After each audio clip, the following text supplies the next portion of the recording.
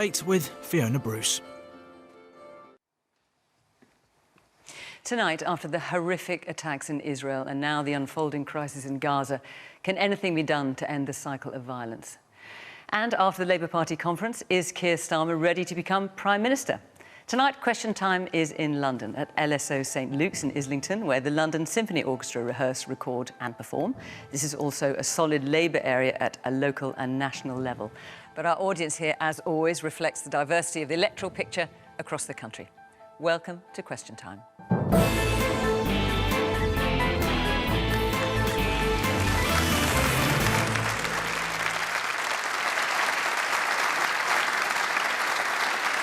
On tonight's panel, Victoria Atkins is the government's financial secretary to the Treasury. Before her election to Parliament in 2015, she was a barrister specialising in serious organised crime.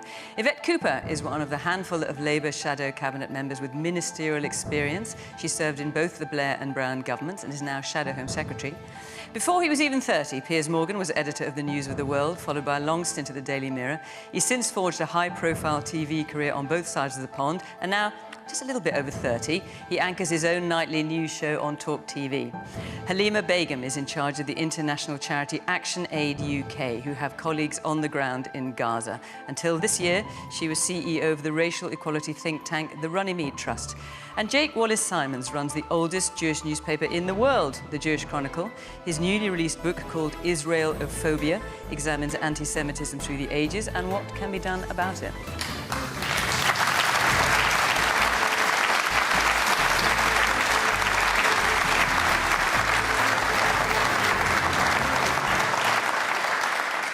Good evening from London. Welcome to our panel. Welcome to our audience here. Great to see you here in London. Of course, welcome to you at home as well. And don't forget, you can always watch this programme on a podcast after we transmit on BBC Sounds. Now, I just wanted to say, before we start, with what's happened in Israel and what is now unfolding in Gaza, understandably, there are strong emotions on this subject. And we will make sure that all views are heard here tonight with respect. And I want to, before we take our first question, Jake and Halima, I just would like to hear your reflections on the terrible human cost in these last few days. Jake, should we start with you? Thank you. Well, it's been quite the week. You know, in my community, it's a question of degrees of separation. And my personal degrees of separation is about 2. There's nobody who I know personally, no friends or family who've been killed or who are missing. But there are many friends of friends or family members of friends who have been killed and who are missing.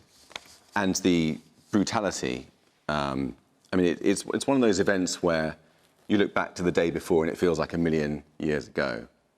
The brutality has been horrific. You know, babies beheaded and corpses mutilated, women raped, children raped, families gunned down. In their bomb shelters. And the enormity of it, I think, still hasn't really sunk in. As a journalist covering it, it's a case of having to get your emotions and lock them away somewhere where only you know the combination and you can open it when it's all calms down. I was going to say it's all over, but that might not happen for some time. And I would just say that what it's unleashed is the hell of war, which affects civilians in Gaza, as well, obviously, as civilians in Israel. And like everybody else, I'm sure in this audience, sitting at home, everybody in the Jewish community and around the world, we all understand that every life is as precious as every other life. Halima. Thank you, Fiona. Thank you, Jake, for setting the tone of this conversation today. Like you, well, unlike you, actually, I do have colleagues and friends on both sides who have suffered fatalities. So I work for Action Aid, which is an international humanitarian agency. We have had colleagues in the office who have had relatives killed. We have colleagues in Palestine on Gaza who are being raided as we speak. So I haven't slept for 6 days because we've been trying to manage a response. What I would say is that it's humanity that we need to remember. We need to remember the humanity in this because as we speak, from the luxury of a TV studio in East London, people's homes are being raided, 4,000 people have died so far, women, children and men. Hostages still are being taken, and we have air raids going on. So while we have this conversation about how we support Israel-Palestine, get to some peace talks and stop their violence, we need to come at this conversation with that humanity at our hearts. Let's take our first question then on this subject from Poppy Farron. Hi. How on earth do we solve the crisis in the Middle East after the horrific events? Which is a massive question. Victoria. Well, first of all, please thank you to Jake and to Halima for putting the very human tragedies of this at the forefront of our minds. The solution is a two-state one, but the way that we achieve that is not through the acts of terror that we have seen from Hamas over the weekend and the horrific stories that are revealing themselves to us as to the depths of depravity that have been enacted against innocent people going about their lives day in, day out. We have to hope that with the concerted support of friends and allies of Israel, such as the UK, we stand shoulder to shoulder with Israel. We have to hope that international organisations such as the UN can help to broker talks between the two sides, but we need to be very clear. Can you see any prospect of that? We need to be very clear that Hamas is a terrorist organisation, so it is with the people of Palestine that we must talk, not with this terrorist organisation. They have behaved beyond our comprehension, and we cannot and must not and will not try to negotiate with them. Yvette?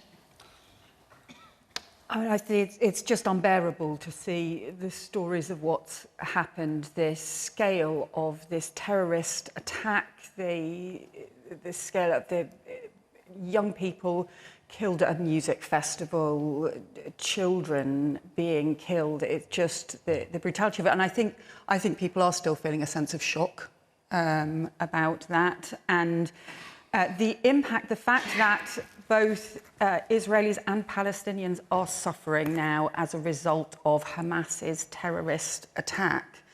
And the most devastating thing, I think, of all of this is that this feels that this terrorist organisation, their attack, has set back the cause of peace. And I agree with Victoria that in the end, the only way to have a long-term peace in the Middle East is to have the sovereign Palestine alongside a safe and secure Israel, the two-state solution that we have talked about, but that feels so much harder as a result of So does that not feel further away now? It does feel further away now. We should just be honest about that. It feels further away, but I think, though, that doesn't detract from the fact that I think all of us should still want to work towards that.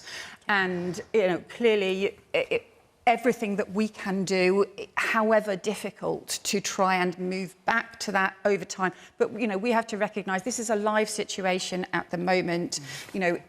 Israel is dealing with the fact that hostages are still being held. And, the first thing, the release of those hostages, the recognition of how damaging that is too, as well as some of the long-term things that Victoria was talking about. Piers? Well, I think you have to start by using the right language would be a good start with these situations. I don't want to hit the wrong tone with my host tonight, but the BBC refusing to categorise Hamas as terrorists after what they've done, I think is scandalous. And I've heard all the excuses, but you've got to call it what it is. This is terrorism of the most heinous kind. We've touched on some of the things here. Babies being burned alive. Jerusalem Post reporting tonight confirmation of these rumours that were swirling that some of them have been beheaded. A Holocaust survivor, grandmother, kidnapped and taken away, her face staring ahead with resilient determination. But my God, she survived the Holocaust and is now in Gaza, where they're threatening to execute the hostages. There was another grandmother who was murdered, and Hamas got onto her Facebook page and posted the murder so that her family would see it. There was a man on CNN today who said that his 8-year-old daughter had disappeared, didn't know what happened to her. And it turned out that she was dead. And when he was told that she was dead, he said that he was jubilant that she was dead and was not being held captive by Hamas in Gaza. Think about that. This is a father whose child has died, and he's pleased that it wasn't an alternative that is worse. So I think we have to call this what it is. I don't care what side of this argument historically you're on, and I would feel exactly the same way if Israel had perpetrated these acts on Palestinians. These are despicable acts of terrorism, and we have to start by saying it is terrorism. And in terms of Poppy's question? In terms of the question of whether we can get peace, I don't know how you ever forge peace with a group like this. I don't believe that decent Palestinians like what Hamas is doing. They all knew, Hamas, when they did this on the scale they were doing it, that there was going to be a ferocious response from Israel. There had to be. They're entitled to defend themselves. There will be justified arguments about what is proportionate. I don't even know how you have proportion when it comes to beheading babies. What is proportionate for that? So Israel has come under an attack in the way that America did with 9/11. So it's incredibly difficult to see where peace lies here in the near to mid-term future if Hamas remain in control of Gaza. I think you need Hamas gone in the way that we got rid of ISIS.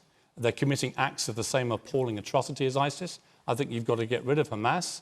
You've got to get back to a more stable government in Palestine which actually wants peace. And then on the Israeli side, you've got to have leadership that also wants to forge peace.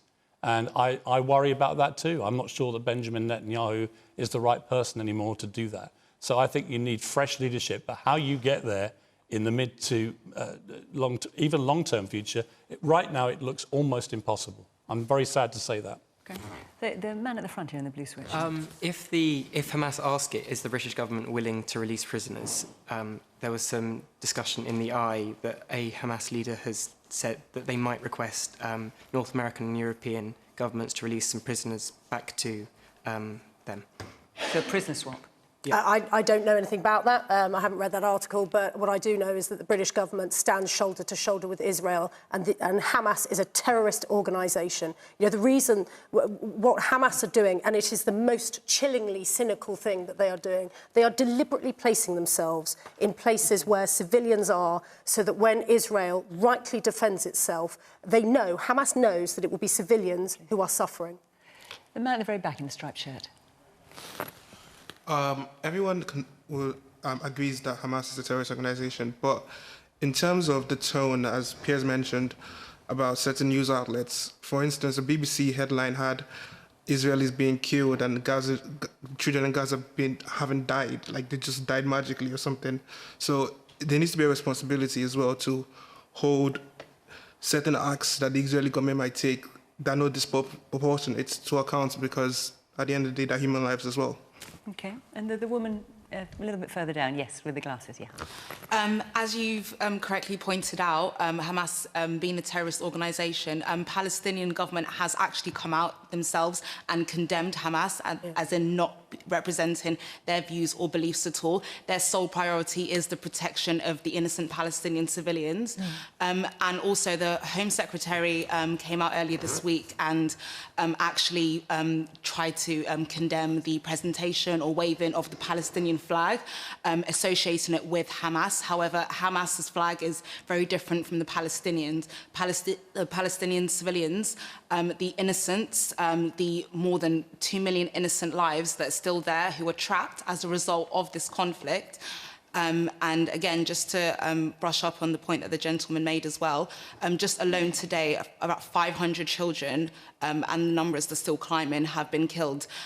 There was a report earlier from a doctor/surgeon who works in a hospital in Gaza saying that because the electricity is cut off, newborn babies on life support are dying as well. The UN themselves actually published a report detailing the number of Israeli deaths and Palestinian deaths from a period of 2008 to 2020. There were 5,600 Palestinian deaths recorded in comparison to 251 Israeli deaths, and over 115,000 Palestinian injuries in comparison to 5,600 Israeli injuries. And I'd just like to know how anyone can explain that, please, because... Okay.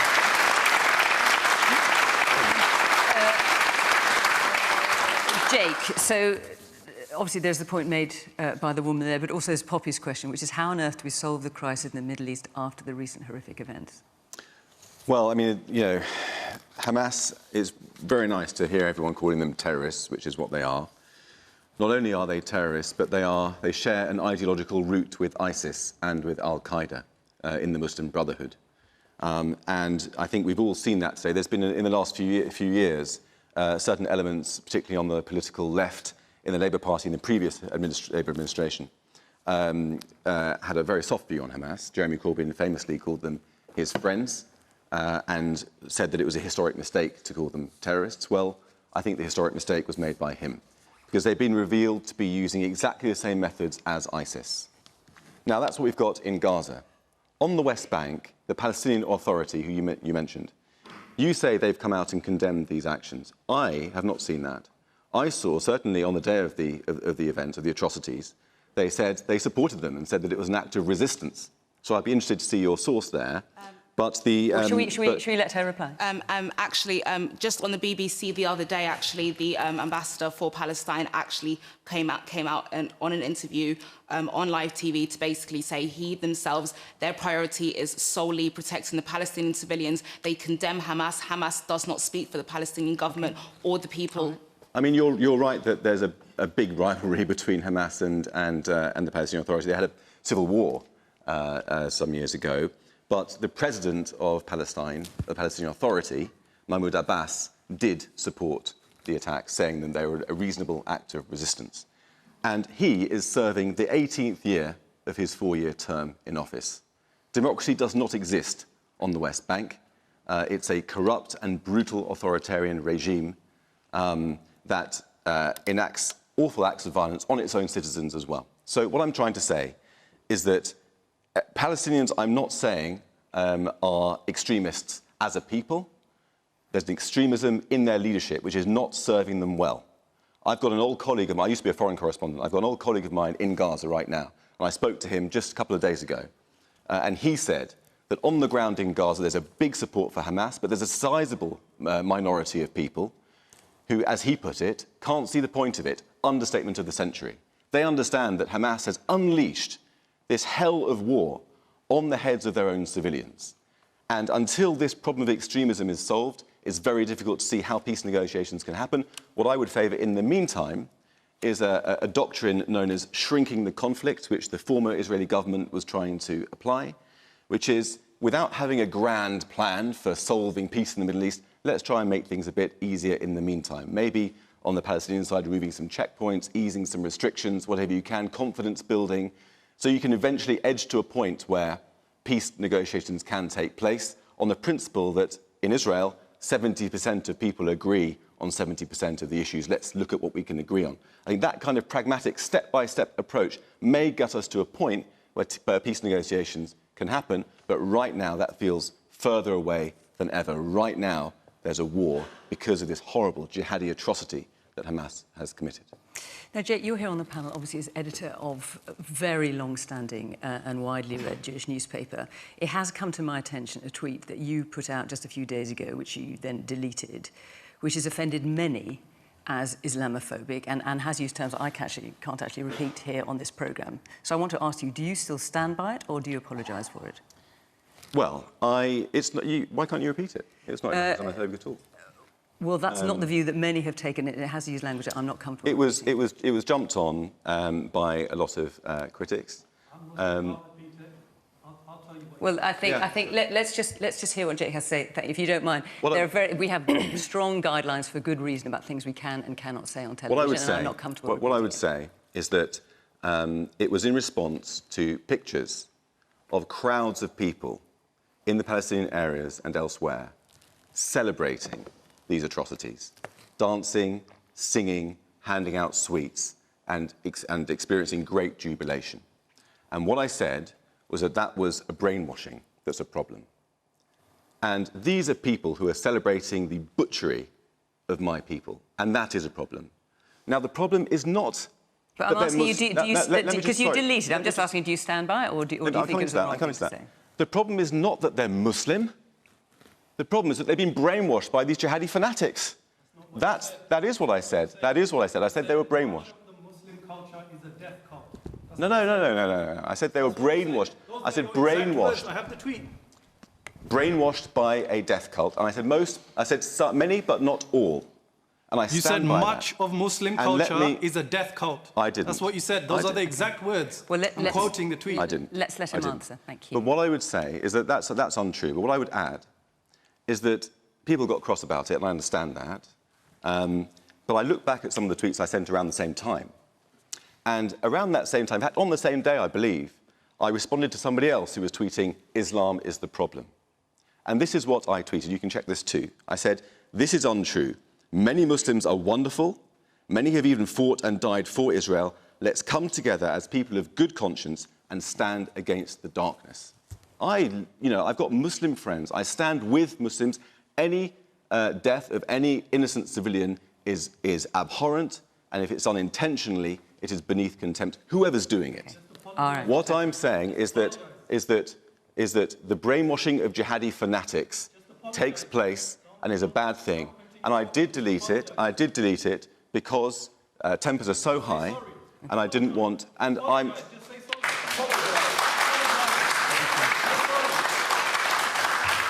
What I will say is that I stand by the point that these jihadis are brainwashing elements of society. But if you're offended, sir, and if I've offended other people with a clumsy wording, I certainly apologise for that. I want to be friends and allies, not enemies. Halima, Jake, thank you. Halima, let's get back to Poppy's question, which you asked. How on earth do we solve the crisis in the Middle East after the recent horrific events? So I think it falls on those of us who are not directly impacted by this crisis to be calm and measured and bring both sides to the table to discuss, have dialogue, and actually have a dialogue with a view to having a just solution. The solution has been on the cards for a long time, of course. You only have to look at the UN, a two-state solution that actually respects the national aspirations of both sides, but also guarantees the territorial or the security of civilians. That is the solution that we are looking for. But if we have a conversation all around the emotions that are at play here, I fear that we will not get to that place to discuss a just solution. What I'm more concerned about at the moment, Fiona, is actually the sequencing of humanitarian support. So while we have had Hamas literally shoot 1,000 rockets, Israel has responded with an air raid. We have 2.2 million people stuck in Gaza at the moment. And actually, some of the hostages are also in Gaza. So indiscriminate bomb raids is going to lead to more careless and, well, death and violence. So we need to think about the humanitarian solution before we get to the root causes of this conflict and what a just solution is. And actually, I'm quite interested in asking our minister here, what are we doing to ensure that the British government is working hard to open up a humanitarian corridor so that actually medical supplies can come in and out of the country?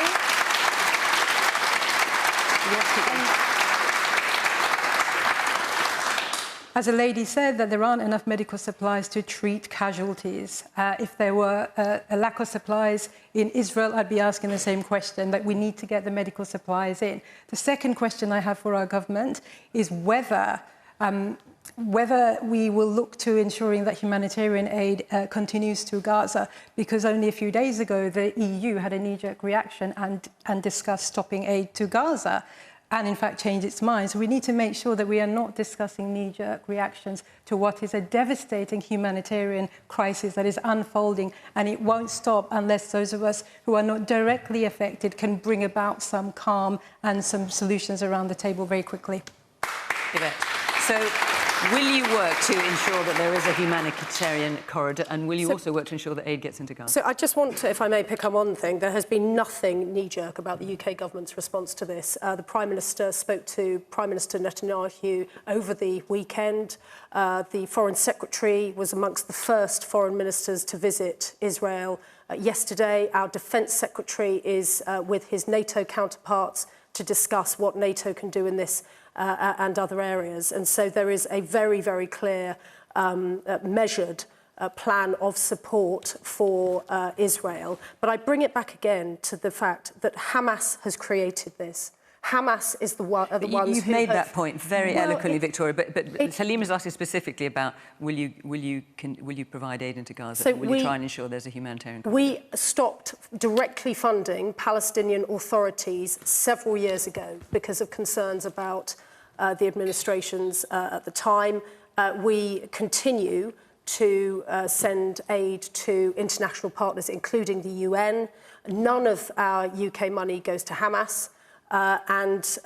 We know that. The reason we keep emphasising this is because Hamas is not Gaza. The people of Gaza are being let down very, very seriously and badly by Hamas.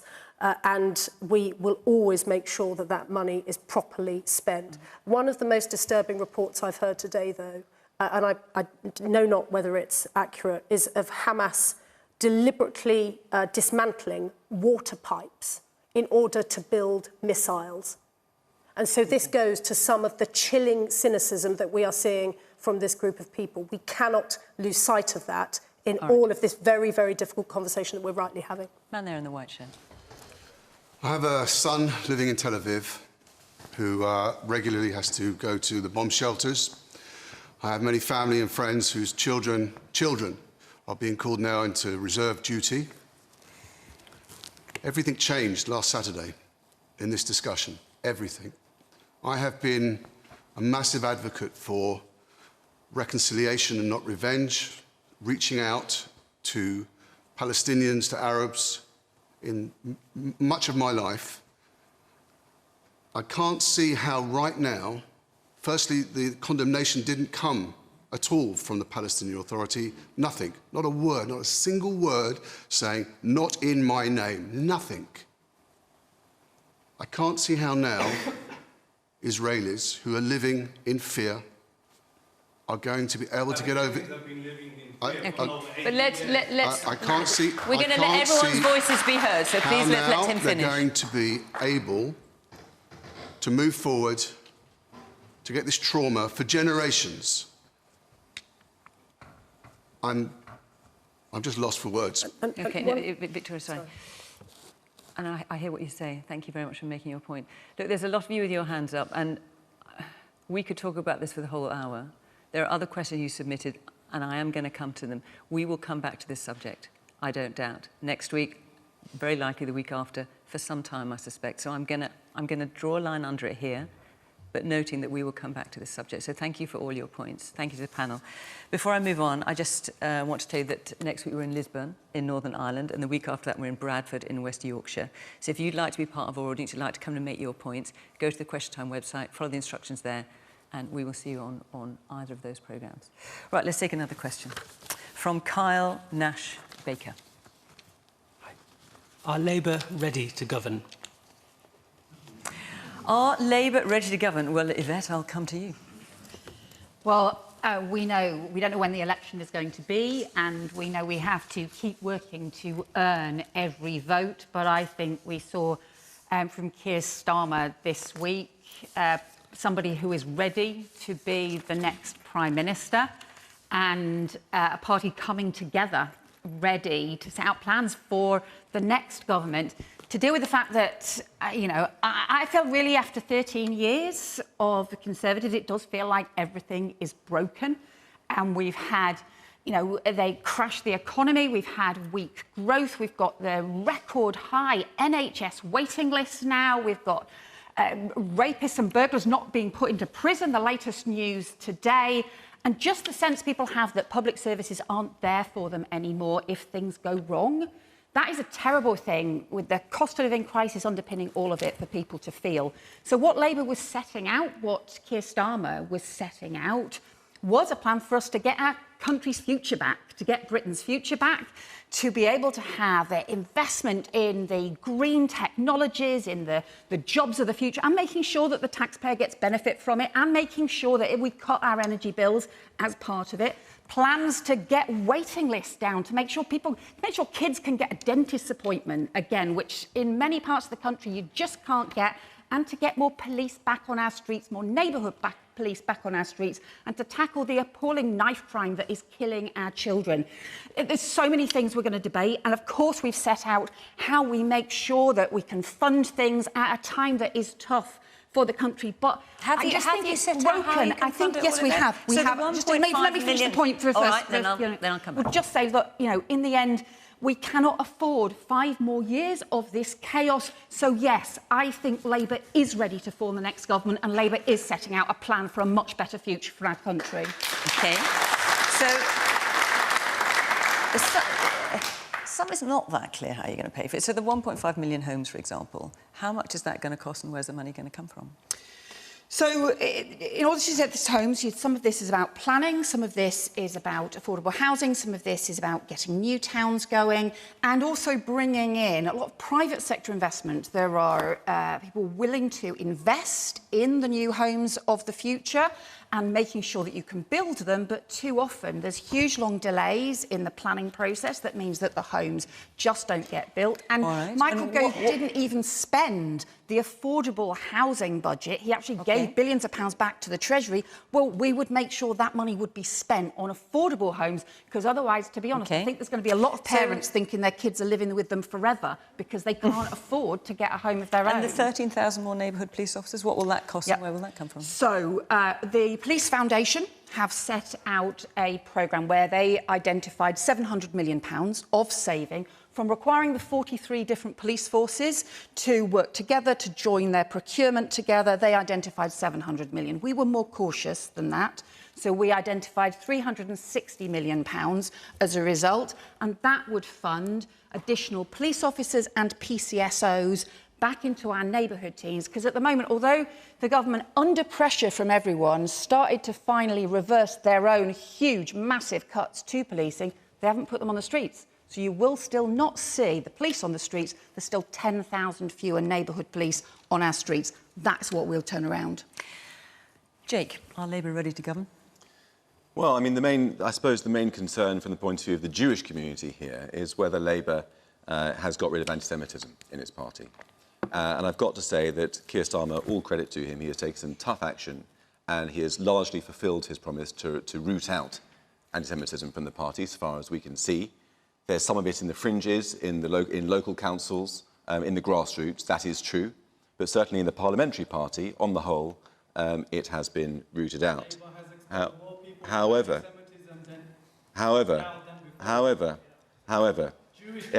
it is difficult for me to look beyond the fact that Keir Starmer was the longest-serving shadow cabinet member behind Jeremy Corbyn and campaigned to try to get him into number 10.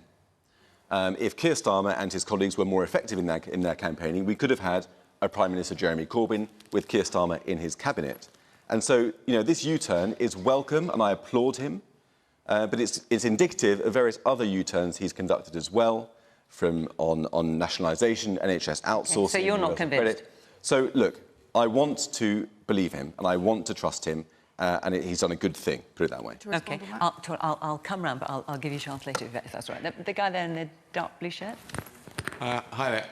After successive Labour coalition and Tory governments wasting an unbelievable amount of public money and seeing that money down the drain through poor spending decisions and misappropriated funds, what would a Labour government actually do to tackle that, to actually plug the holes that are in the bucket rather than raising taxes and just pouring more water into it? Because I don't believe the simple answer as an undecided voter in the next general election that removing the Tories solves the problem, raising taxes solves the problem. I think as a general public we have the right to actually see that the wastage is actually dealt with, and there's just a stronger level of governance in how our money's spent so that we get more bang for our buck and more success out of what we're putting into the kitty. OK, I will come back to you a bit on that. Yes, the person there in the I think you're wearing black, are you there? Yeah. Yeah, no, further towards at the side there. Sorry, thank you. Yeah, that's it. Firstly, thank you to everyone for the great sensitivity with how you've treated the topics tonight. In many ways, I do feel for Yvette here, because Labour both have the largest open goal that they could possibly have with how shocking the Conservatives have been in the last few years, but also the most questions posed to them. My main question to you is, how do you put faith back into the hearts of working class people when you have a leader of the opposition who can't seem to back striking workers, who can't seem to back working class people in layman's terms. Okay. Then I will give you a chance to answer this. Piers, are Labour ready to govern? That's Carl's question. Well, look, we're in the heart of Arsenal country, Islington here. How many gooners in tonight? Little show of... Oh, a lot of them, good. Keir Starmer's a big Arsenal fan. I'm a big Arsenal fan. He reminds me a little bit of our club and our manager, where 2 years ago I wouldn't have given Mikel Arteta a prayer of winning the big prize, the Premier League, but he's grown into the role and he's now exuding an air of someone who believes he can, and I think he will. And when I watched Keir Starmer with his big speech this week, I thought, yeah, this guy has grown into this role and he now believes that he can be Prime Minister, and he's got a good team around him, and I think they exude an air of basic competence. And he may not be the most exciting guy out there. I mean, nor's Rishi Sunak, to be honest. But what I like about both of them, they at least look like they take their job seriously, and they understand that with these jobs of high office in this country should be a basic modicum of dignity and an ability to make us proud of our country when you represent us. So I give them both kudos for that. I think Labour have got it all to lose. But how are they going to pay for these promises? This country is on its knees financially. I mean, I didn't think things could get worse than people not being able to get a bed in hospital. Now we can't even find a bed for convicted criminals. Think about that. Our prisons are full. That moment, to me, just summed up the malaise of this country. And I think what we're crying out for is a leader that can make us all feel better about ourselves. I've been saying this for a while, and people go, oh, well, it's easy said than done. It is, but the way you do that is you don't make pledges you can't keep. You don't do stupid stuff like Boris Johnson. You don't do crazy stuff like Liz Truss. You do the basics and you do them well, and you listen to the people, and you bring the people with you, and you make us feel proud of this country again. And if you do those things as a leader, then as Arteta has shown at Arsenal, you can bring the fans with you, bring the team with you, you can win. And I think I saw with Keir Starmer someone who takes that responsibility seriously, and therefore I think he has a very good chance. Halima. Is Labour ready to govern? Yes, of course, Labour is ready to govern. I actually have a soft spot for Keir. As he was Crown Prosecution Director many years ago, as a family who were victims of crimes, he stepped up and really supported a process of extradition from another country to actually see that we got justice. So I have a soft spot for him. That said, I think he's playing it too safe. He's very good, by the way, which is why Boris Johnson is personally attacking him, if you remember the accusations around Jimmy Savile and not acting fast enough. So he's very good, which is why he's being attacked. But for me, he's playing it too safe, and I'll tell you why. This country, as you say, Yvette, has been on its knees for years and years and years. It's for Labour to win, but it's going to take more than safety. He's got to get out of his comfort zone and think about what this country needs, rebuild Britain back.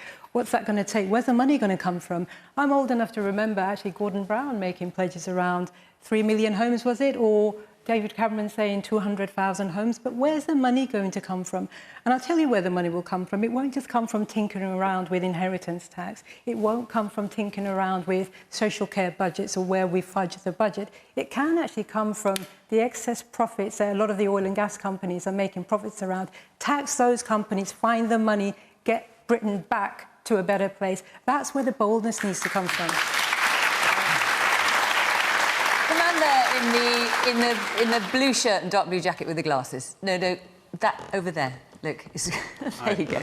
Yeah. I think it's been said Keir's speech and plans lack detail. For health, he's just announced 1.2 billion for waiting list initiative. Do you really think that's the priority in health? Isn't the stalemate over doctors' pay a priority? Because until that's sorted, the waiting list just keeps growing. You're going to have a lot of questions to answer about, but I will come back to you, Victoria. Yeah.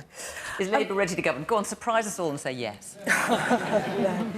So I think, I'm sure one thing, actually, that we can all agree on is that character and values are essential qualities in a leader and in what we aspire to as a Prime Minister. And Rishi is, he has an absolute commitment to our country. He works his socks off day and night to try and look after us all. And he is the very story, I think, of the opportunity and promise that our country offers people.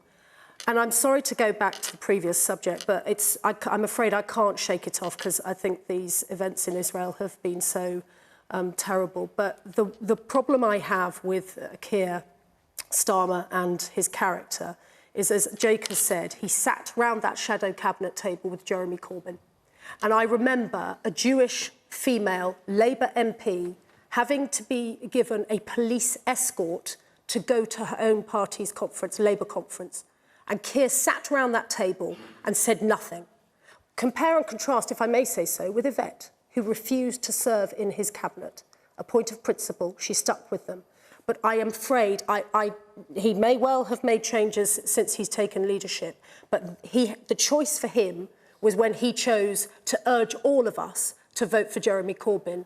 And had he succeeded, had he got his way, then Jeremy Corbyn would have been the one making the decisions about what happens with the UK's response to Israel at this today, last weekend and next week. And that I find very, very worrying. Now, putting that to one side, we can talk about policies, we can talk about priorities. The number one issue facing our economy at the moment is inflation. Inflation hurts all of us. It particularly hurts the poorest in society. And that is why the Prime Minister has made halving inflation his number one priority. And since the peak last year, we have already reduced inflation by 40%. We are beginning to see food inflation reducing, so your supermarket shops will get a little bit easier. And alongside that, because we were so very worried about the cost of living pressures, we have helped the average household with some £3,300 to help get over that very difficult winter that was caused last year by primarily by the war in Ukraine. But as I say, for me, character and values are the things that matter in a leader. And I'm afraid on this, Keir Starmer has legitimate questions to answer. OK, you've made your point. Which he has refused to do. Now, I bet you've got a few things to answer here. That, but also the man there talked about, basically, as you put it, tackling the holes in the bucket rather than just keeping on chucking stuff in. And then 2 points really about the doctor's strike and supporting the doctor's strike, which is the point you were making at the back there. So let's start with Victoria's claims and allegations. I think, look, it shows that the sort of desperate state the Conservatives are in, that they are trying to attack Labour's past rather than actually what Keir Starmer is doing in the Labour Party today. And I think, you know, the Labour MPs that you talked about, and it was devastating that some of them left the party. Yeah. And it's as a result of Keir's work, they have now rejoined the Labour Party, and I am very proud that they have done so. It was awful what happened, but it's really testimony that Keir has made the biggest of changes in the Labour Party. He was meeting with the Chief Rabbi today. David Lammy and I were meeting with the Board of Deputies, the Community Security Trust in Golders Green to talk about what we need to do to keep tackling anti-Semitism in our communities.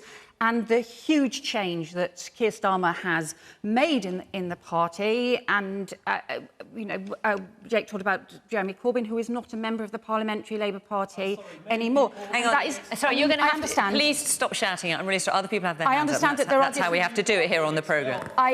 Let her answer, please. Please stop shouting out. It's just not fair to everyone else who's got their hands up. I do understand that people have their views, but let us be clear. Keir Starmer has made huge changes in the Labour Party, and I think we should welcome that. And the other point? The second point was about how do you fund things and the waste. And what Rachel Reeves, our Labour Shadow Chancellor, talked about this week was the shameful scale of waste, for example, on the PPE contracts, where the government has stopped even going after them. There was corruption involved, there was all sorts of really dodgy stuff that went on, and actually there's been no proper action to get that back. Setting up actually a whole process to try and go after that money, setting up to an office for value for money, that to do that proper assessment to make sure that you get proper scrutiny of things. We've set out a whole series of areas where we would save money. That's why we've said we're the additional police officers and PCSOs we're talking about would be funded effectively by savings. Okay, so I think you're right that you have to get value for money and you have to make sure that we spend every penny of taxpayers' money wisely, because people really are feeling really stretched at the moment. And will you spend it on the striking doctors? The final question. The money that we've sent out, over £1 billion, is about cutting waiting lists. And when you hear the heartbreaking stories of people who are in desperate need of cancer treatment and are not getting it because of the long delays, because of the huge waiting times, what we're setting out is funding in order to make sure you can get the weekend You're being asked specifically, will you support striking doctors?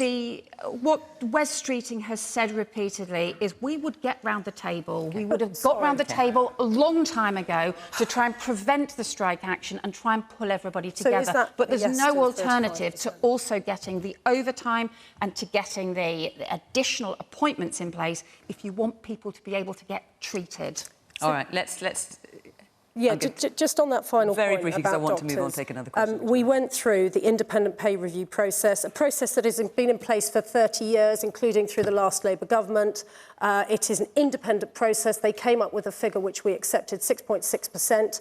That means that junior doctors will be seeing a significant rise in their pay. Their average pay is around, with overtime and so on, between £52,000 and £54,000. A consultant, an average consultant salary is £130,000, and they have, rightly, a very, very generous pensions policy, which we've changed the law. We changed it at the last budget. Labour voted against it. We changed it at the last budget to remove the tax barriers that were existing with those pension schemes, so that we could keep more consultants in the NHS. And I just wondered what's going to happen when we enter the more broadly about is Labour ready to go? I'm not. Yeah. We've talked many times about doctor striking. You wanted the answer from Yvette. I think you've got as good an answer as you're going to get. Let's take another question. So we've got about 12 minutes left. I want to try and get it in from Imogen Otley. Hi, Imogen. How are the political parties going to help young people like me get on the housing ladder? Do you mind me asking, how young are you, Imogen? I'm 16 years old. Whoa, so you are planning ahead, Imogen. I salute your ambition. But this is something, even at 16, you're worried about? Yes. Worried about being able to afford? Yes, because I'd like to go to university. And obviously that comes with a humongous amount of debt. And with the increasing price of houses and the lower increase of wages, it's just not meeting the price.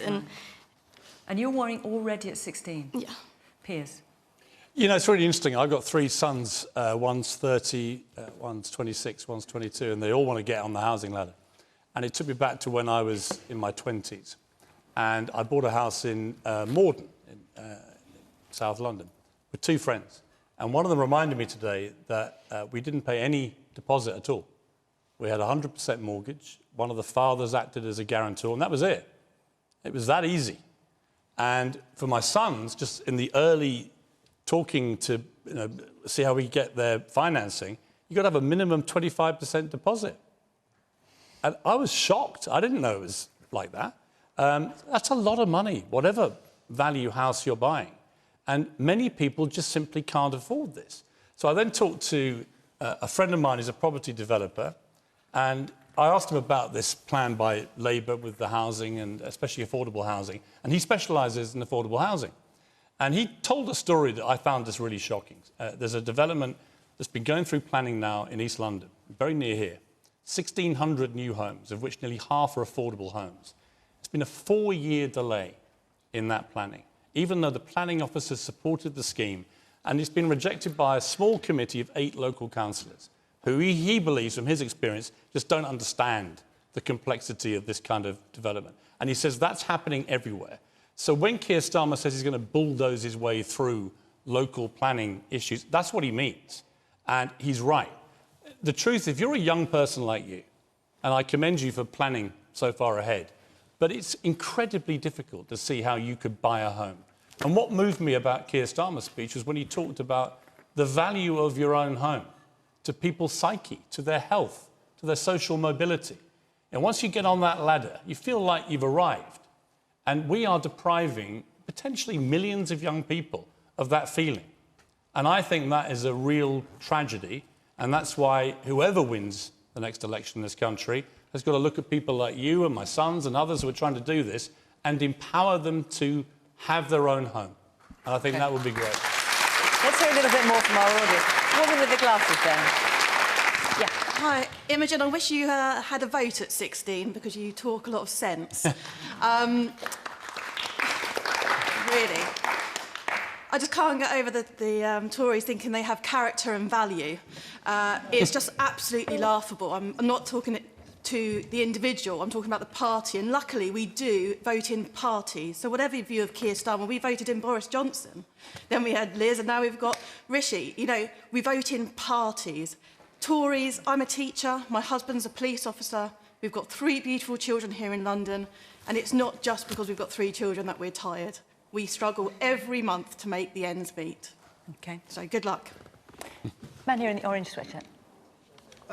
Yeah, I truly struggle to understand how the Tories believe that they are helping young people with housing when, you know, Liz Truss's shock to the economy. The Conservative MP mentions a 40% reduction in inflation. Did Liz Truss's government not skyrocket inflation beyond what anyone else in Europe has experienced? Is it not ludicrous? I can't believe that Piers made a speech which advocated for the Labour Party on the grounds of basic competency. Is that not a shocking indictment of our current government? OK. Let me take one last one. We're going back. Yes, woman here in the front. Yeah. Hi. Over 52% of this country are women. Are we sure that Labour is ready to govern when it spent 4 years denying that a woman is an adult human female? Great question. Punishing women. It's an interesting question, but not the one that Imogen asked. If you'll forgive me, I'm gonna stick with that. Forgive me. And also, I've got about 7 minutes left, and I've got to let the panel answer Imogen's question. So forgive me. So, Victoria, first of all. Yeah. So, Imogen, first of all, thank you for your question. And look. We all acknowledge how difficult it is for young people to get onto the property ladder. If you look at, and I don't want to seem discourteous to Piers, but I suspect house prices, when Piers was looking at houses with his 100% mortgage, which, goodness me, after the financial crash, we cannot go back to that sort of model. I suspect. Are you being ageist there? I'm not. I'm just Minister? being. I'm trying to be courteous. I suspect the houses in Morden were a little cheaper than they are nowadays. And what is important is really helping first-time buyers onto the property ladder. So we're helping. What you're hearing is the man orange saying you're not helping. For example, we have we've completely removed stamp duty for first-time buyers up to a certain value because we do not want to put that extra cost onto people as they're buying their first home. But one of the important things is to build new homes. And you're nowhere near building as many homes as actually, you pledged we're on to. track to deliver our manifesto commitment to deliver 1 million homes this Parliament. We are absolutely on track. We have delivered. I mean, the Housing Minister, Robert Generally, said you're nowhere near it. We are now on track. Year. We delivered 2.3 million homes since 2010, and of course we've had schemes throughout the decade helping first-time buyers with some of the cash flow issues that Piers, I'm not meaning to be discourteous, that Piers has mentioned. But what worries me about some of the things that we heard from Sakir this week is that I live in a very rural constituency, so I don't have the pressures that places in the southeast tend to have with, for example, protecting Greenbelt and so on. It is, I think, really important that we have local democracy playing its role when it comes to house building, helping councillors make the right decisions about developments in villages and market towns, rather than the top-down approach, bulldozing through local opinion that Sakir seems to have been advocating. That worries me, because I think, you know, we have to have local consent to these projects around the country. I'm going to stop you there because I've got 5 minutes left. I need to let the rest of the panel answer. Halima. Thank you. Look, it's really easy to talk about housing figures just before an election. It's really easy to make promises, but we've been there with Gordon Brown. We've been there with the Conservatives. These new houses don't appear. I'm going to give you a statistic, Imogen. So currently there are about 5 million households living in unaffordable homes in the UK. At the rate of building, it will take about 200 years, I think, to build all the homes that could be affordable. Not in your lifetime, Imogen. My nephew, who lives down the road in East London, he drives a delivery van. There's no way he's getting on the housing ladder. He works in the gig economy.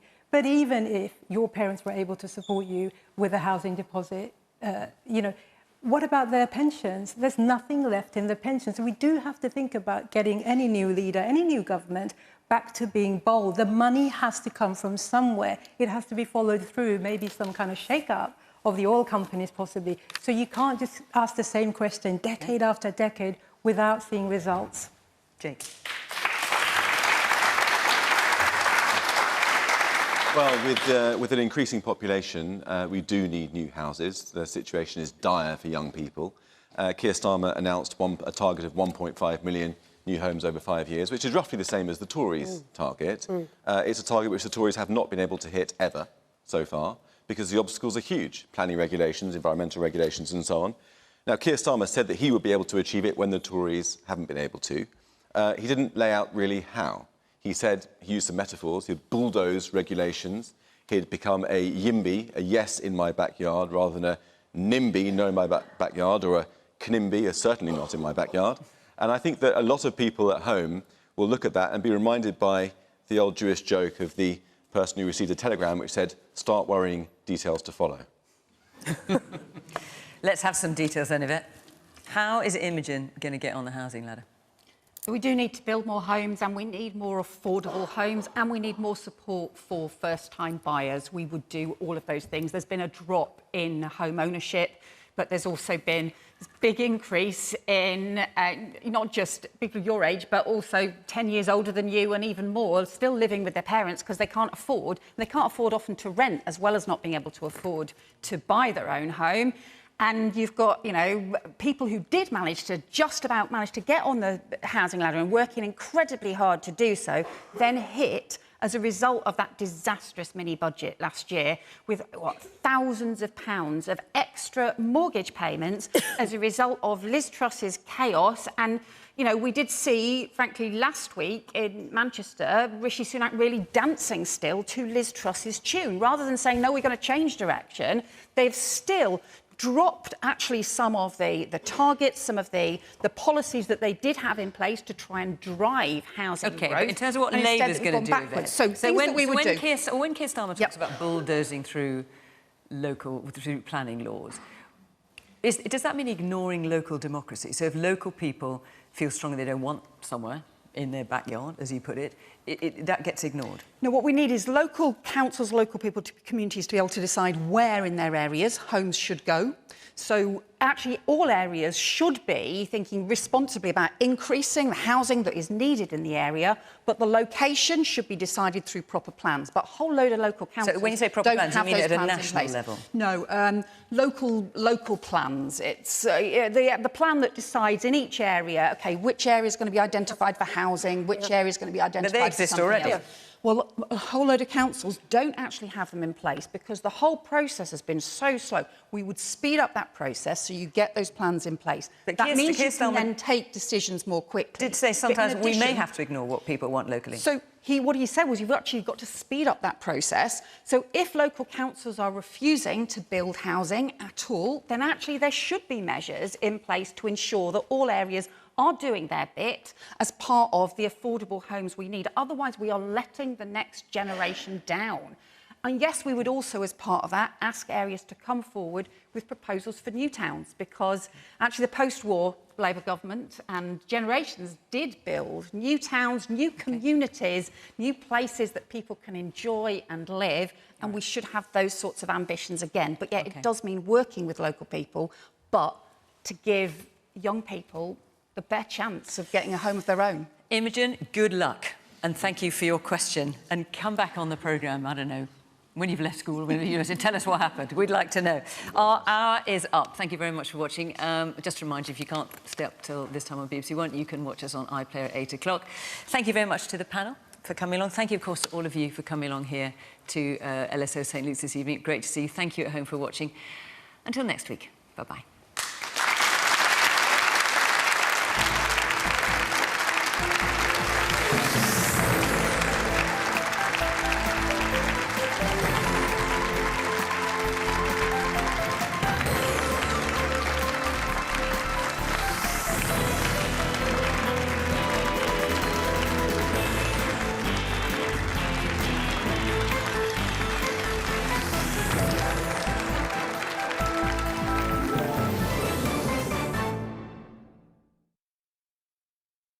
Discover unique stories.